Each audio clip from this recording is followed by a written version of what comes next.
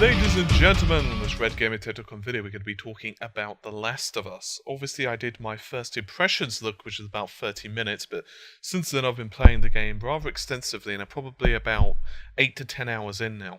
And I can talk about what I think of the game generally, and unlike most of my review videos, I'm actually playing the game while I'm talking, because I think it allows me to speak a lot more calmly and tell you guys about stuff. So, question is it worth buying? Simple question.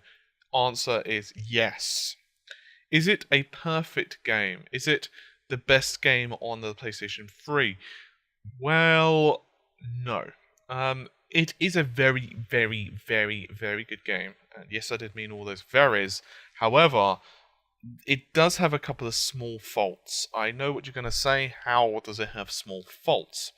Well, I don't really want to get into storyline spoilers, so I'm not going to.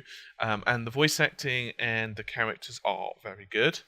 It does have a bit of a dark atmosphere, as you would expect, so maybe some people could be a bit put off with the yet again another somewhat depressing post-apocalyptic kind of adventure, but it does it in a very human way. It is not simply a Walking Dead clone or something like that. It actually does a really good way of fleshing out the characters, and that's very important.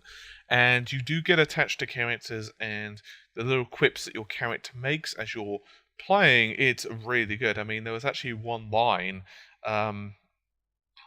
that actually sent myself in a good 20 to 30 seconds of laughter, just because of the way it was delivered and the situation that it was delivered in. It was really good. I also have to say that I am relatively impressed with the graphics. However, there are a few issues with the graphics. Now, the PlayStation 3, as you guys are aware, is a very powerful console for its era, but obviously now it is starting to get a bit old and long in the tooth. So, Naughty Dog managed to push this console to the absolute limits. And indeed, yesterday I actually heard my PS3 for the first time I could ever remember revving up in terms of the fans, because I've been playing it for a while, and so the cooling fans actually went up to quite an audible level. But the game itself looks beautiful. However, there are the odd texture here or there that does look a bit ugly. Noticeably dirt textures, and I've actually had a few instances. I'll try and find a couple in the video, but it depends on how long it takes me to find them. However, I have noticed the odd bit of texture shimmering here or there, and I've also noticed a couple of glitches in terms of texture pop-up, and also pretty much where the world doesn't look 100% joined together. In other words, you can see white lines or a little bit of clipping. So there is that, and in terms of frame rate, it does chug, most noticeably when you're having a situation with a lot of water, especially if it's in close proximity to walls and so forth, because of the physics. However, those are small issues. Overall, I'm incredibly impressed with this. In terms of the character movement and so on, it is motion captured and is animated extremely well. Honestly speaking, I think it's probably about the best on this current generation of consoles, and it does look better than previous efforts such as, say, Uncharted 3. That isn't to say that obviously there isn't room for improvement, but that's what the PlayStation 4 is. Audio is very impressive as well. Even little touches such as when it's raining and you walk through, say, a bus, and you can actually hear the difference in audio. In other words, from the rain splashing down on the roof of the bus to, say, outside. So it's actually quite nice in that respect. You can actually hear things become tinny or rock and so forth, echo, depending on where you are with gunshots and so forth. So I'm really impressed with the audio and visual quality. As I've said, a few small bugs here and there, but I certainly can't complain.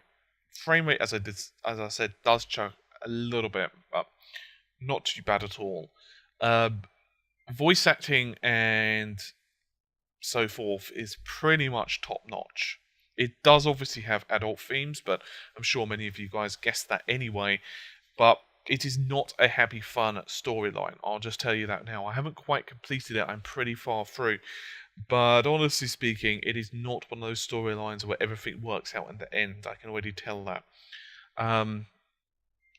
As for the other issues in the game, such as weapons and general difficulty and so forth, what are my thoughts? Well, you only get a certain amount of ammo. Now, I don't exactly like how limited it does make ammo because, for example, sometimes you have bullets in the ground that you simply can't pick up, and the maximum, for example, you may be able to hold in a certain gun is, say, 20 bullets. That includes reserve ammo as well, so in other words, reserve clips.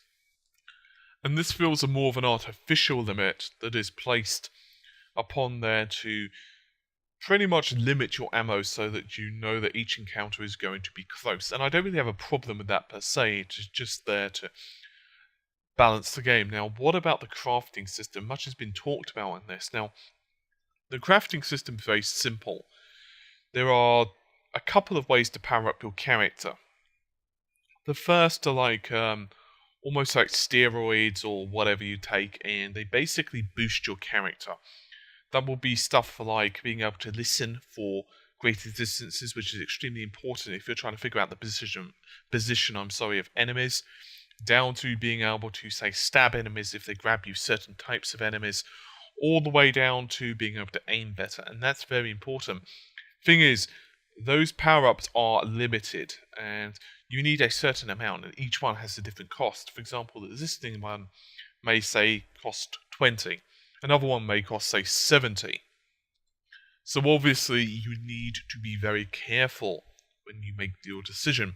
You don't want to just make a decision and then, well, you'll regret it later. Now, what about weapon upgrades? Well, weapon upgrades work very simply. You basically collect parts, and then you need to find custom benches. Once you have the benches, you can craft either new holsters to hold a second weapon of that type, or you can use it to upgrade the weapon that you currently have. So, for example, you can increase the reload, or decrease the reload times, or you could, for example, increase the range of certain weapons, or add a scope to certain weapons, and so on. The amount of parts you get is limited once again, so you have to be very careful and fit it to your gameplay style. Finally, you also are somewhat limited because you can't get certain upgrades at certain points because you need a certain modification of tools to be able to do that. And that's just so you can't become too overpowered too quickly. I don't have a particular problem with that. It's not like the game's filled with rocket launchers. It's a pretty standard arsenal, a couple of pistols, a bow for silent kills, so very Tomb Raider, a sniper rifle, and a shotgun that I have so far. Although you do get a bunch of other stuff, such as Molotov cocktails, nail bombs, and so on as well. Now, about those, you do need to be careful because some of the items that you use to craft those also are used for other things. For example, the Molotov cocktail uses exactly the same items as what is needed for health. So if you want to craft a health kit and you want to craft a Molotov cocktail, you better have two of the same items because otherwise you're just not going to be able to do it. You simply will not have enough items to do it, so you would have to choose one or the other. It's a very, very tight system, and it actually makes you think. Now, speaking of which, each item that you craft is done real time. That's important because if you go into an encounter and you are not equipped and able to fight that encounter because you've not got everything sorted out before, you're going to be having a bad time of it, is really what it comes down to. So you need to make sure that all of your guns are loaded, all of your items are crafted, and make sure that you've got those. Even bandaging, by the way, does happen in real time, so it is not a simple case of like Resident Evil where you press a button and you heal with a herb. No, you actually bandage your arm or whatever as you're going. So that's very like Far Cry, for example. You know when you don't have like a health syringe and you're bandaging your arm? It's very much like that. It does help to add atmosphere, but it also adds a lot of panic as well. AI in the game is pretty tight. generally speaking, your teammates will help you. It is not as bad as, say, Resident Evil 6's AI, which was absolutely irritating. However, there are the odd issue here and there, particularly when you're trying to search. I don't notice it when you're in combat. It's when you're like in a house, for example, and you want to go through a doorway to, say, get an item. Sometimes your characters, your companions, I won't mention names because I don't want to spoil the storyline, but your companions will basically get in the way, is what it comes down to. And when that happens, it's kind of annoying. Eventually they'll move, but it's just a little bit frustrating. Not a big deal, once again. I'll also notice a very small glitch with save games. Now, I know there have been a save game patch, and I have used it, but maybe it hasn't applied properly, or it hasn't patched this particular little issue.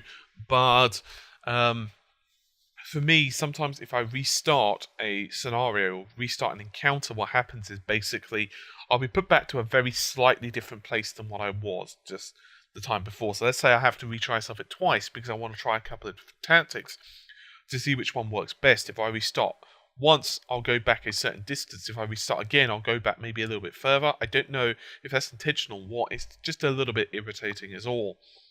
What about enemies? Well, there are two types, really, in the game. First are the infected, and the second are human. Human, as you'd expect, have the usual assortment of weapons, guns, and so forth, as well as melee, and they will try to attack you. They will work together. They're smart, and you want to be careful, really, when fighting humans, because their guns suck to get shot with, obviously. I actually quite like fighting humans in this game, and it does add something a lot different than constantly fighting the infected. What about the infected? Well, as it turns out, it is basically a matter of different types. Some of them, the basic foot soldier type of infected, aren't that big of a deal. They can see you, but that's about it. You can just beat them down, bludgeon them to death, shoot them, or you can sneak up on them, which is highly advised, and take them out. Perfect. On the other hand, then you have other issues. Basically, the longer someone has been infected, the more prevalent and more powerful that infection becomes. And the second version would be something like a clicker. Clickers are a pain in the ass. Early on in the game, if you get grabbed by a clicker because you don't notice one's approaching or whatever, you're done instantly. There's nothing you can do. It is black and white, done. Later on, you can get an ability that allows you to use a shiv to basically take them out. As soon as they've grabbed you, you can pretty much use it, but just by pressing triangle. But you've only got a very brief window to do so. I actually quite like this. It can be a bit frustrating if a couple of them jump you, but generally speaking, it is a nice touch. It does make them a threat all the time. With the clickers, they're not that bad as long as you're silent. That's the key. They cannot see, they cannot view you, so as long as you're stealthy, you can just take them out, not a problem. It's done. And then you get more powerful boss types, and they can take a hell of a lot of punishment. And so when you're actually facing them, you do wince every bullet that you shoot, because you want those bullets. It's that simple. You don't want to use them. Crafting also can be very, very, very intelligent, and you always want to keep the items as long as possible. You want to keep enough items in your inventory to be able to take out various situations, so you don't want to be, for example, without a medkit. At the same time, you want to keep a few items in reserve to craft, so you can adjust to a certain situation. I'll give you an example. There was one time earlier on when I was playing, and I noticed I died a couple of times, and I was like, okay, fair enough. I basically was trying to get into a house, and there were clickers and regular infected, and I was like, you know what, forget this. So what I did, I threw a brick inside the house, and then once I noticed they all congregated around the brick, I threw a Molotov cocktail in there. I got most of them, But then I shot a gun outside deliberately, and basically it pulled the others that were in the house through the flames, so most of them burned. Then I only had to shoot one, and stuff like that. If you can think outside the box, or you can really think about your combat, you can basically play the game in many different ways. And it is a simple case of, if you could sneak up on someone and take them out, it is better to do so. It is better to have the frustration of, damn it, there's shotgun ammo here and I can't take it, rather than the frustration of, oh balls, I have no ammo. That is very bad. And it's not really happened to me so far, but even so, this is one of those games as well that the combat does feel very visceral, but very satisfying as well. Whether you're facing human or infected, it doesn't matter. It does feel like there's real impact, real force behind each of the blows, and you can appreciate it. So, as I said, it is not a perfect game. It has a few gameplay issues here and there. It does have a few graphical glitches here and there. It is fairly balanced, and I honestly would highly recommend this title. I'm not gonna say that it is without fault, but honestly speaking, Naughty Dog, they should just be applauded for this title. It is incredible. It's really good. In fact, Marta has actually been mine, and very rare that we actually play games together, but her and I have been playing this title, and it's really kept us engrossed. I mean, we've not really wanted to do anything other than just play this game. Even food and whatever has taken like a back seat to The Last of Us. It's really good. So yeah, I mean, it's a really good title, and I would highly recommend it. It is not perfect. It really isn't. There are a few issues, but that's fine, honestly. It's one of the hallmarks of a good game to me is not one of those games where you cannot find a fault with it because everything has a fault.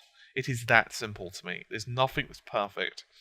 The hallmark of a game is that you can restart an encounter 10 times, and I have done so because I felt like I've used too much ammo or whatever. And I've restarted the encounter like 10 times to find the best path, in my opinion, to take out a certain encounter. That is, to me, the hallmark of a good game. The hallmark to me of a good game is that I want to see what is happening next. And sure, the graphics could be tightened up maybe a little bit more if it's on say, the PS4. It could obviously look better. But the actual game, the way that it plays, the way it drops you into this world and subtly tells you what's going on, rather than just saying, oh guys, by the way, here's what's happening, have fun with that. You know, it drops you in very subtly. It tells you the storyline is staggered. So sometimes you're spending like 5 minutes just collecting items. Other times you're spending 10 minutes fighting. Other times you're just in like a record store or something, talking about old times and how it used to be. And that works really well. It adds a certain level of character to the game and adds a real life element to it, because obviously sometimes it is not just about action, and sometimes it is about these little subtle things, such as diaries you find throughout. Such as, I found a diary of this little boy who was talking about his mum and dad that were arguing when the infection first hit, and he was talking about that he didn't believe his dad when he said that they were going to return to the house. He said, and I quote, bullshit. You know, he didn't believe it. He talked about how they had to let the pet go, the family dog, outside town because the military wouldn't allow animals in there because there wasn't enough food to go around to feed the animals and the humans, so they had to let them out. All of these little touches just help add the game. It is one of those games where the more time you spend in the world, and by which I mean more time you're willing to read the little notes, look at all the elements, investigate all the cupboards, all the little crannies and so forth, the more you're going to get out of it. Honestly speaking, this is like one of those titles that I honestly think you should play. If you do not own a PlayStation 3, borrow one from a friend, buy a used one, whatever you need to do just to try this game out. It's really good. It is not without faults, but what game is, and I honestly highly recommend it. Anyway, I think that's just about it for this particular video. Hopefully you've enjoyed it. I will see you soon. Take care, and bye for now.